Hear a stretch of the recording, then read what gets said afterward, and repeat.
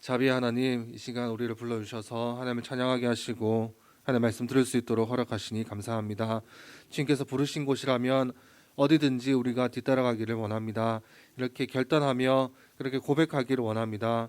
우리의 마음속에 크나큰 믿음을 허락하여 주셔서 주님께서 어디를 가든지 또는 어디를 보내시든지 그 주님의 음성을 듣고 그대로 실천할 수 있는 그리스도인 될 수 있도록 주님 역사해 주시옵소서. 주만 믿고 따라가기를 간절히 원하오니 어떠한 상황 가운데서도 우리를 막고 있는 악한 영적인 것들, 악한 사탄이 방해하는 것들, 그런 모든 것들 주님께서 해결해 주셔서 주님께서 원하시는 그곳에 갈 때 우리가 아무런 염려와 걱정 없이 갈 수 있도록 주님 역사하여 주시옵소서. 감사함으로 따라가기를 원합니다. 우리를 살리신 예수 그리스도의 이름을 가지고 감사함으로 그곳을 따라가며 주님께 우리의 모든 것을 다 맡기고 의탁하며 우리가 가진 것 다 드리기 원하오니 그렇게 고백하는 그리스도인들에게 한량없는 은혜와 사랑과 복을 허락하여 주시옵소서. 종말의 때를 맞이하고 있는 이때에 주님의 말씀을 더욱더 사모하게 하시고 기도로서 주님과 더욱더 대화하고 주님과 인격적인 만남을 가지며 깊이 교제할 수 있는 시간 될 수 있도록 주님 이 시간 역사하여 주시옵소서. 이 모든 말씀 예수 그리스도 이름으로 기도드립니다. 아멘. 오늘 하나님 주신 말씀은 마태복음 25장의 말씀입니다. 마태복음 25장 1절에서 13절까지의 말씀입니다. 마태복음 25장 1절에서 13절까지의 말씀 한 절씩 교독하도록 하겠습니다. 그때 천국은 마치 등을 들고 신랑을 맞으러 나간 열 처녀와 같다 하리니 미련한 자들은 등을 가지되 기름을 가지지 아니하고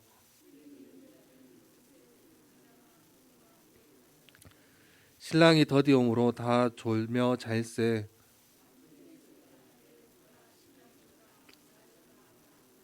이에 그 처녀들이 다 일어나 등을 준비할세.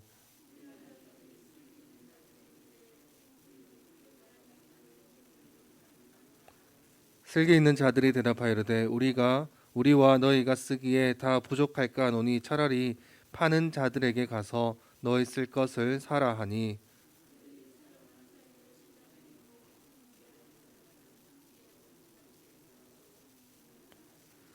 그 후에 남은 처녀들이 와서 이르되 주여 주여 우리에게 열어주소서.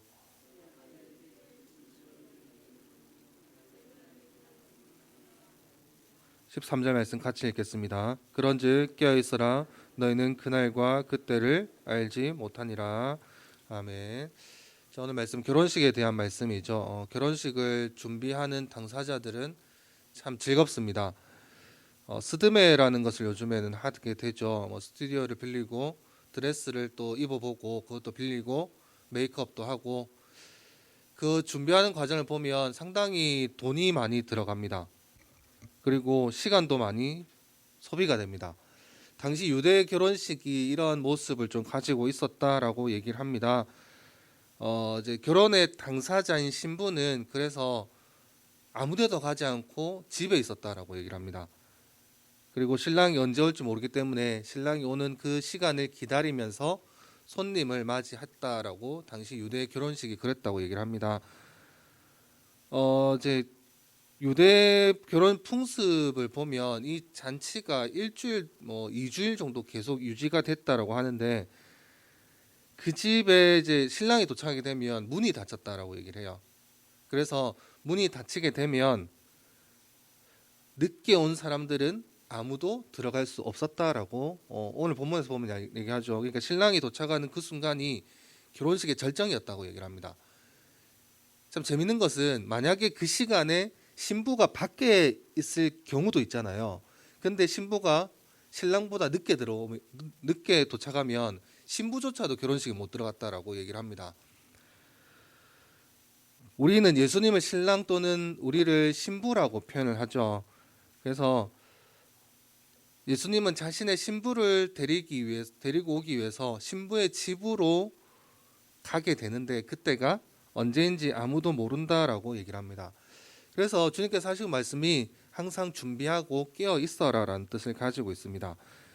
1절 말씀 보면 천국은 마치 등을 들고 신랑을 맞으러 나간 열 처녀와 같다라고 얘기를 합니다.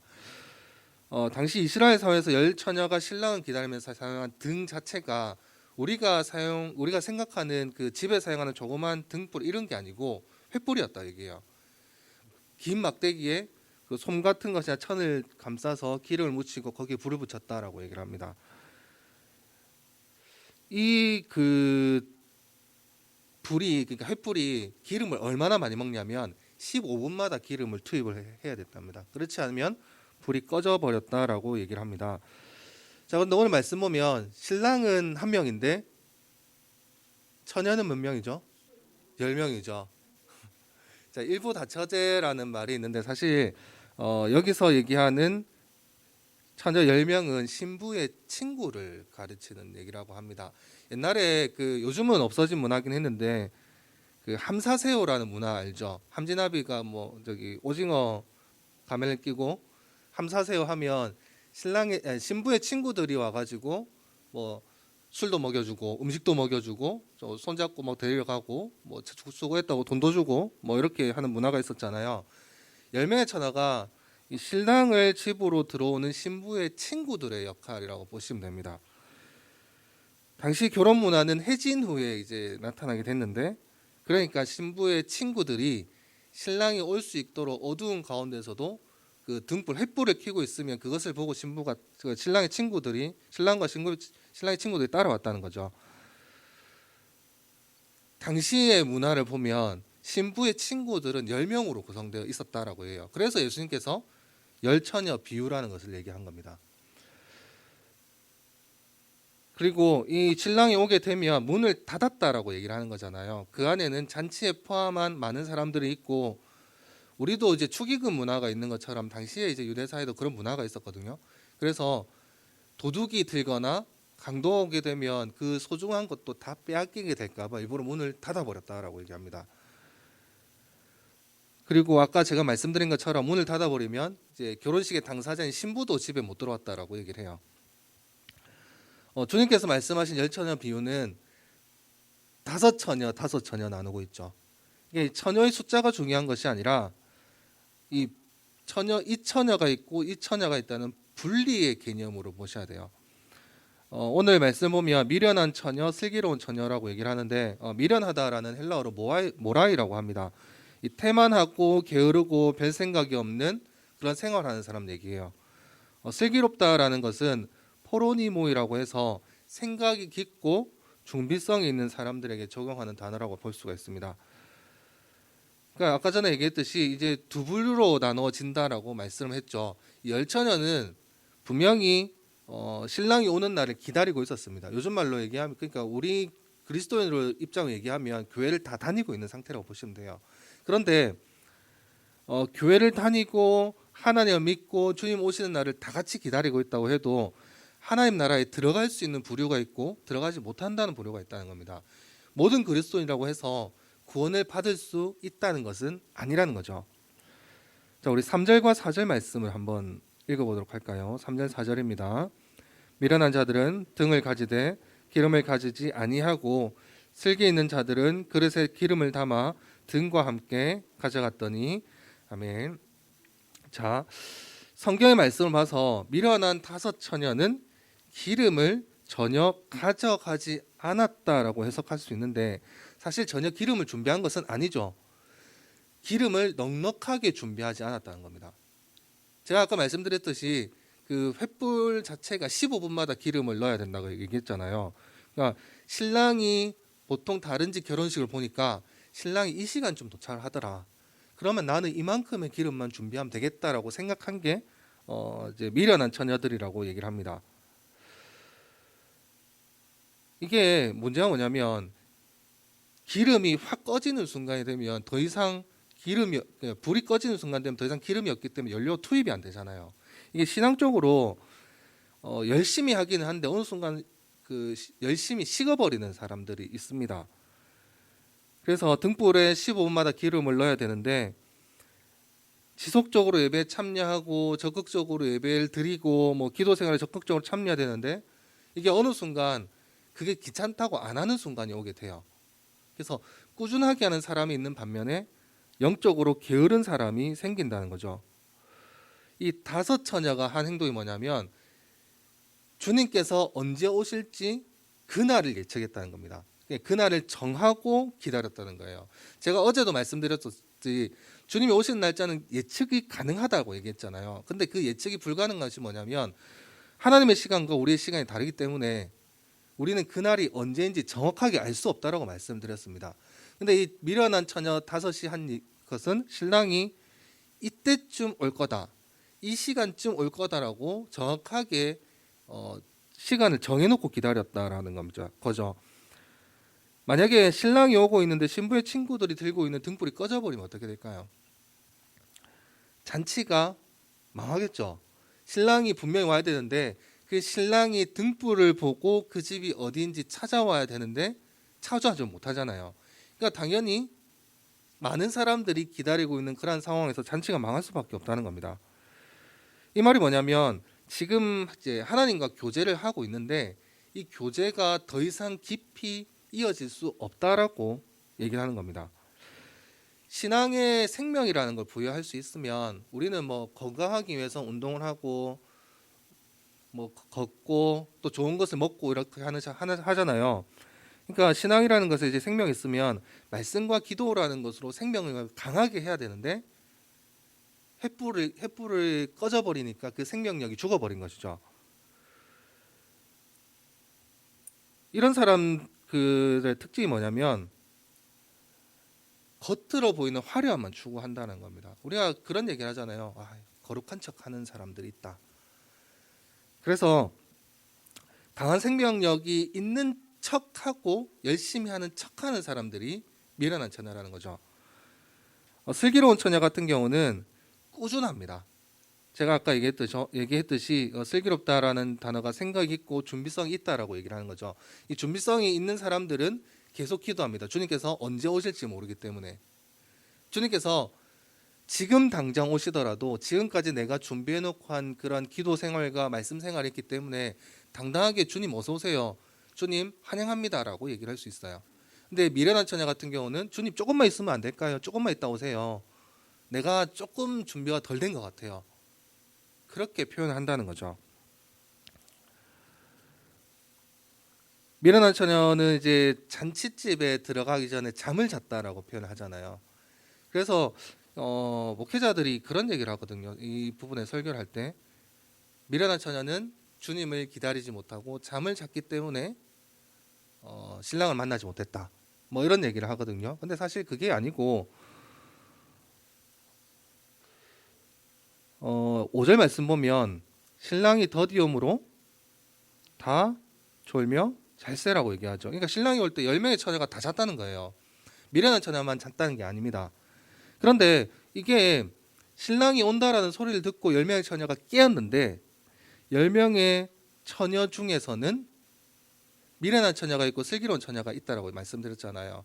미련한 처녀는 기름을 넉넉하게 준비하지 못했기 때문에 신랑이 와도 밝혀줄 수 있는 기름이 없었다라는 거예요. 등불이 없었다라는 거예요.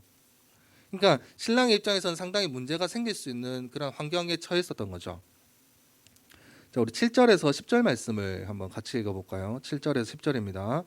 이에 그 처녀들이 다 일어나 등을 준비할세 미련한 자들이 슬기 있는 자들에게 이르되 우리 등불이 꺼져가니 너희 기름을 좀 나눠 달라 하거늘 슬기 있는 자들이 대답하여 이르되 우리가 너희가 쓰기에 다 부족할까 하노니 차라리 파는 자들에게 가서 너희 쓸 것을 사라 하니 그들이 사러 간 사이에 신랑이 오므로 준비하는 자들은 함께 혼인잔치에 들어가고 문이 닫힌지라. 아멘. 자, 열처녀가 잠에서 깨어서 미련한 처녀가 횃불이 꺼져 있으니까 기름을 좀 빌려달라 그랬죠. 준비한 사람들에게. 그래서 슬기로운 처녀가 이렇게 얘기합니다. 슬기로운 처녀들에게 이렇게 얘기했어요. 너희의 기름이 넉넉한 것 같으니 우리에게도 좀 빌려달라. 미련한 처녀는 자신이 제대로 준비하지 못했다라는 것을 발견했어요. 그러니까 생각보다 신랑이 늦게 온 거죠. 분명히 이 시간쯤 올 거라고 생각했는데 이 시간보다 훨씬 늦게 신랑이 온 겁니다. 그래서 기름을 나눠달라고 했는데 슬기로운 처녀들이 한 얘기가 우리도 다 쓰기에 부족할 것 같다라고 얘기하죠. 여러분들은 이 말씀을 보고 슬기로운 5 처녀가 한 말이 인간적으로 문제가 있고 좀 못되어 보이지 않습니까? 좀 나눠줄 수 있는 거잖아요. 그런데 이 원인을 한번 따져 보셔야 돼요. 그 환경에 대한 횃불이 꺼져서 준비하지 못한 원인은 미련한 처녀에게 있는 거잖아요. 친구가 결혼식을 도와달라고 요청을 했습니다. 10명에게. 그런데 친구들은 결혼식에서 등을 비춰서 신랑이 오는 길을 분명히 밝게 비춰줄 의무가 있어요. 부탁을 받았잖아요. 거기에 대해서 수락을 했잖아요. 그러면 그것에 대해 책임을 질 의무가 있는데도 미련한 처녀들은 그 의무에 대한 책임을 다하지 못한 거죠.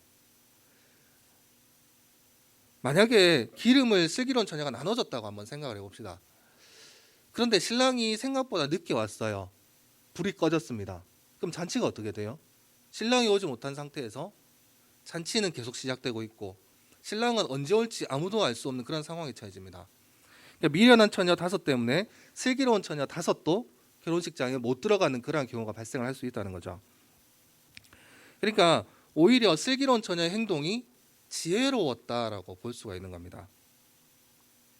슬기로운 처녀들의 말대로 미련한 처녀는 기름 사러 갔어요. 그때 신랑이 도착했다고 얘기를 합니다. 이때 누구만 혼인잔치에 들어갔을까요? 신랑과 신랑의 친구들과 슬기로운 처녀 5만 들어갔다라고 볼 수가 있겠죠. 그리고 문이 닫혔습니다. 제가 처음에 말씀드렸듯이 문이 닫히면 신부도 못 들어가요. 왜냐하면 도둑과 강도가 들어올 수도 있기 때문입니다. 유대인들의 풍수를 보면 신랑이 그 집에 들어가는 그 순간부터 잔치의 절정이 이르렀다라고 얘기를 해요. 그래서 신랑과 신부와 신부의 친구들은 분명히 즐거운 시간을 보냈을 겁니다. 반면에 신부의 친구들은, 미련한 처녀들은 들어가지 못했죠. 그러니까 이게 뭐냐면 늘 깨어서 준비하는 신앙을 가져야 된다는 겁니다. 준비 없이 신앙하는 사람들은 주님 오시는 그날 되면 분명히 심판을 받게 돼요. 나중에 예수님께서 오셨을 때 준비 안 된 사람들에게 이렇게 얘기를 합니다. 마태복음 7장 23절 말씀 보면 그때에 내가 그들에게 밝히 말하되 내가 너희를 도무지 알지 못하니 불법을 행하는 자들아 내게서 떠나가라.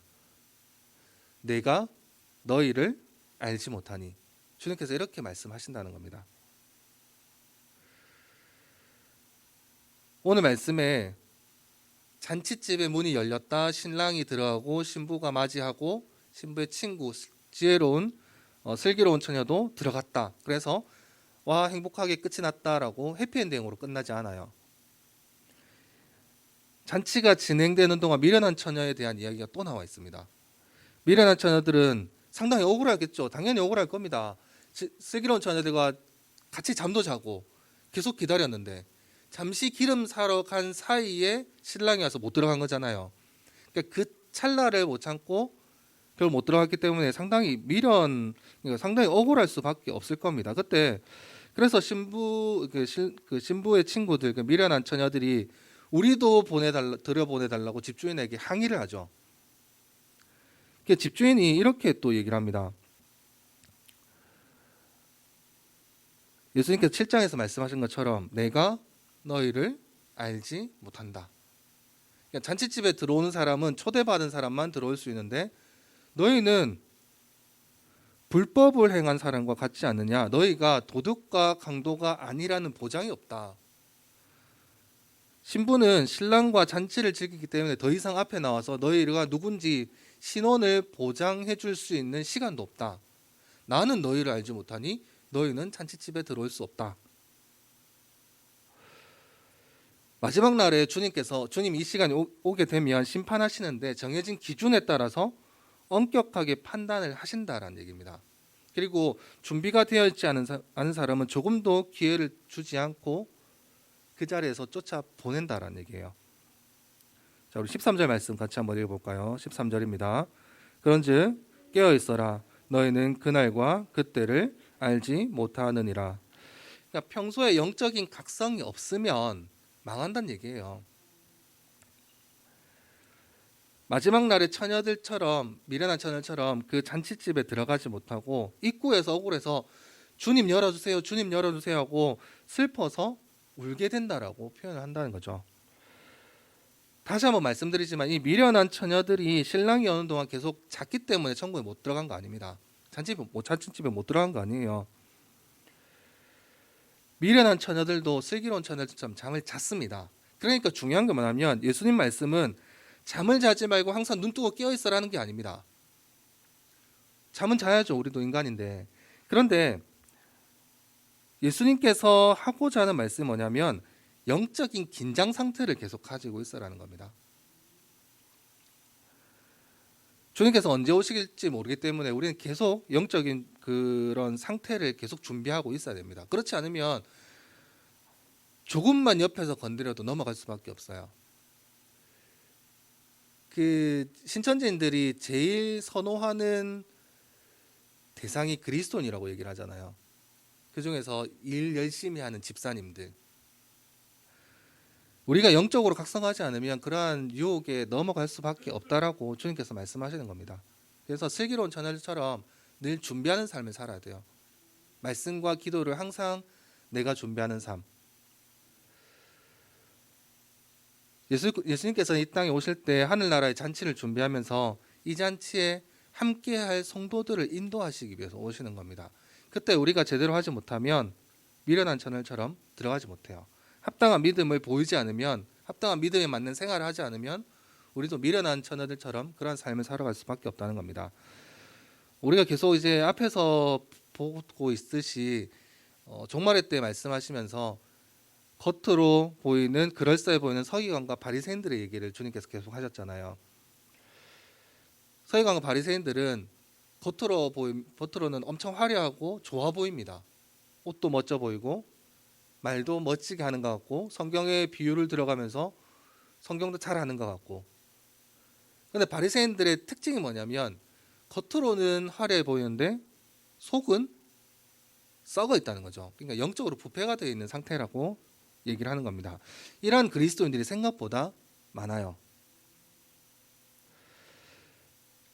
겉으로 화려해 보이는 사람이 있고 겉으로 보기에 화려하지 않지만 기도하는 데 시간을 투자하고 주님의 뜻대로 살아가려고 노력하는 사람들이 있습니다. 주님께서 이 땅에 오셨을 때 그 겉으로 보이는 화려한 사람과 겉으로 화려해 보이진 않지만 열심히 신앙생활을 하고 평소에 준비하는 사람들, 어떤 사람들을 주님께서 선택하셔서 천국으로 데려갈까요?